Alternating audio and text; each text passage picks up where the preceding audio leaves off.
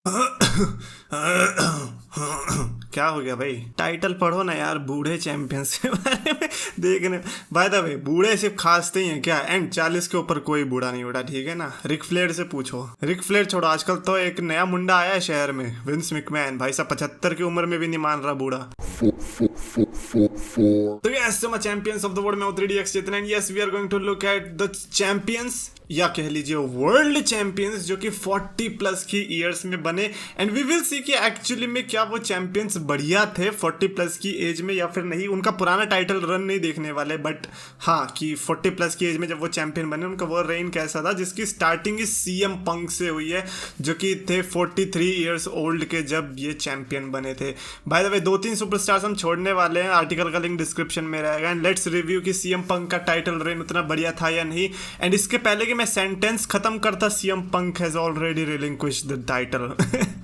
मतलब CM Punk के बारे में तो अभी हम क्या ही बोले, बंदा जैसे ही चैंपियनशिप जीता अगले ही पता चला कि वो बंदे ने रिलिंक्विश कर दिया बिकॉज ऑफ द इंजरी। तो आई थिंक काफी अनफेयर होगा रिव्यू करना। बट हाँ, अगर हम सिर्फ उन मैचेस को देख के रिव्यू करना चाहें जो CM पंक ने टैग मैच में करी थी परफॉर्मेंस, या हैंगमैन पेज के अगेंस्ट करी थी, जिसमें उन्होंने काफी बॉचेस भी दिए थे। मेरे को तो वो बॉचेस ही याद आ रहे, पता नहीं क्यों इतनी बार सोशल मीडिया पे भाई लोग DM कर करके भेज रहे हैं कि भाई CM पंक देखो क्या चैंपियन है, ये बॉच कर रहा है ऐसे।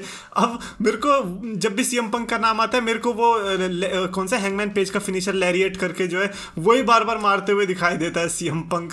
तो उस केस पे अगर मेरे को रिव्यू करना होगा then he was a definitely bad champion. But नहीं यार, अनफेयर होगा। CM पंक के केस में हम CM पंक को देते हैं एक हार्ड पास। अगले सुपरस्टार की तरफ चढ़ते हैं, जो कि चढ़ते हैं चढ़ाई करने थोड़ी गए हम।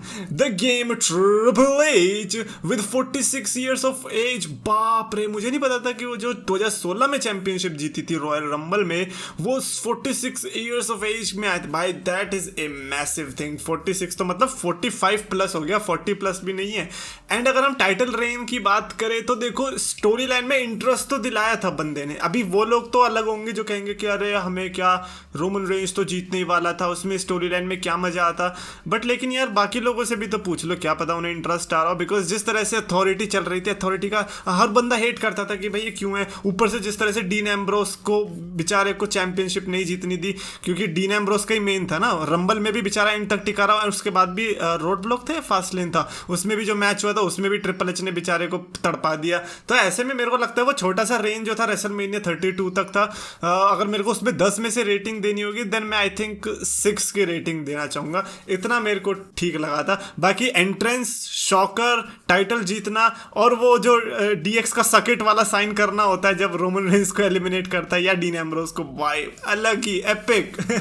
Next superstar is Dwayne the Rock Johnson, 41 years of age. भाई एक मिनट, द रॉक 41 के, यानी कि ये बंदा बहुत ही जल्दी चला गया है WWE से। क्या भाई 15 साल की उम्र में ही निकल लिए थे क्या WWE से जो अब जाके 41 हुए थे। खैर ये 2013 की बात, या 2013 की बात है, जब रॉयल रंबल में उन्होंने CM पंक को हराया और उनका रेन तो खत्म किया ही किया, साथ ही साथ चैंपियनशिप भी जीती WWE की। बिकॉज वी न्यू कि यार अब रॉयल रंबल जॉन सीना ने जीत रखी है, तो हमें ये सीना वर्सेस रॉक देखने को मिलेगा चैंपियनशिप के लिए रेसलमेनिया के अंदर।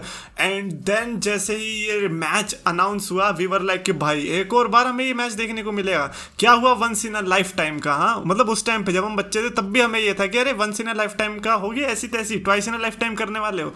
बट खैर लुक बैक करके देखता हूं तो डेफिनेटली मेरे को लगता है कि the Rock versus John Cena either ways होने ही वाला था। CM पंक की अगर वो टाइटल नहीं जाती, मे बी सिनेरियो कुछ और होता, मे बी आज वाले एलीट रेसलिंग में ना होते CM पंक, बहुत चीजें हो सकती थी। तो just for that reason I think मैं द रॉक के उस टाइटल रेन को बहुत इजीली 2 आउट ऑफ 10 दे सकता हूं। बिकॉज लाइक अगर आप चैंपियनशिप हटा दो, there is no change. Like what do you say कि हाँ क्या चेंज हुआ? Do you think the Rock को जॉन सीना का मैच नहीं मिलता? Do you think so? और मेरे को तो एज सच द रॉक के चैंपियनशिप रेन का वो लाइक 41 ईयर्स वाली में जो था, उसमें एज सच कुछ खास ज्यादा यादें हैं नहीं। बट ये पता है कि हाँ भैया बंदे ने नई चैंपियनशिप ले आया था, और जॉन सीना ने फिर वो वाली चैंपियनशिप जीती थी रेसलमेनिया 29 में। Next superstar is Kurt Angle with 46 years old की एज में भी उन्होंने चैंपियनशिप जीती। और यहाँ पर बात नहीं हो रही WWE की, बल्कि बात हो रही है TNA की वर्ल्ड हेवीवेट चैंपियनशिप की, जो कि उन्होंने काफी टाइम बाद जीत रखी है यार। और ये अभी उनकी रिसेंट में आई थी, आई थिंक 2015 के आसपास, राइट।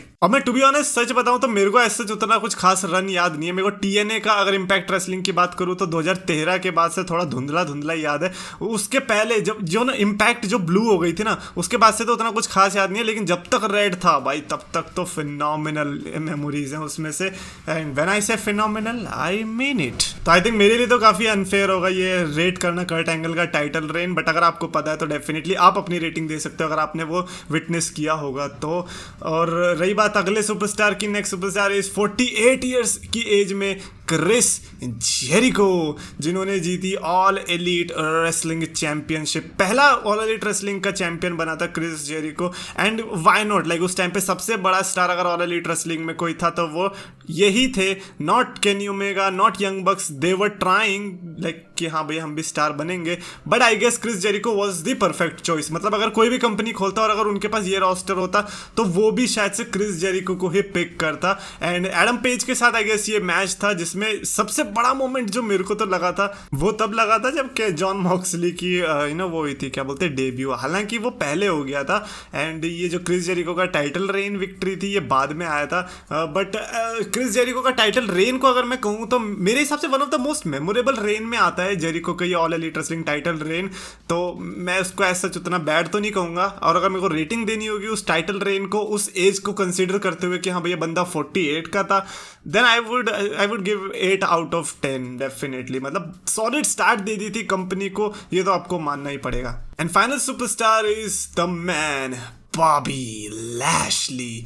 40 प्लस एज के साथ बॉबी लैशली भी WWE चैंपियन जीतते दिखाई दिए WWE के अंदर। एंड आई थिंक वो 40s में ही थे जब उन्होंने इम्पैक्ट रेसलिंग की भी वर्ल्ड चैंपियनशिप जीती थी, वो मेरे को नहीं पता। बट WWE की अगर बात करूँ तो एज सच नॉट मेमोरेबल था। बट हाँ हमको मतलब ऐसा नहीं है कि अरे बॉबी लैशली चैंपियन भी था ये तो हमें पता ही नहीं था, ऐसा बिल्कुल भी नहीं है। वी नो कि हाँ लैशली ने चैंपियनशिप जीती थी, उनके मैचेस भी अच्छे थे, लाइक लैशली वर्सेस मैकिंटायर हो गया, ये सब हो गया। इनफैक्ट लैशली वर्सेस कौन सा था वो, बिगी एंड वर्सेस रोमन रेंस, वो ट्रिपल थ्रेट तो क्या ही कमाल का था।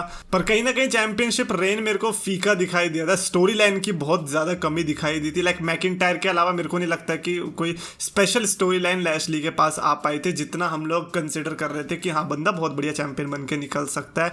एंड थंडरडोम आ रहा था तो I don't know we should complain about that और नॉट, तो इसीलिए 2 पॉइंट एक्स्ट्रा दूंगा जस्ट फॉर दैट कि चलो भैया थंडरडोम था, थोड़ा सा आपको ढील दे देते हैं। तो इसीलिए मैं इस टाइटल रेन को देना चाहूंगा 6 आउट ऑफ 10 स्टार्स।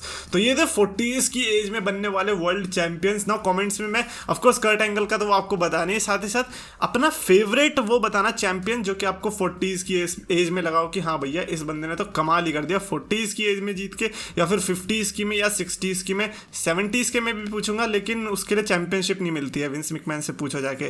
तो उसका बताना कि आपका फेवरेट कौन सा चैंपियन रहा है। और अगर आपको वीडियो पसंद आए तो प्लीज लाइक करो, शेयर करो, चैनल को सब्सक्राइब करो।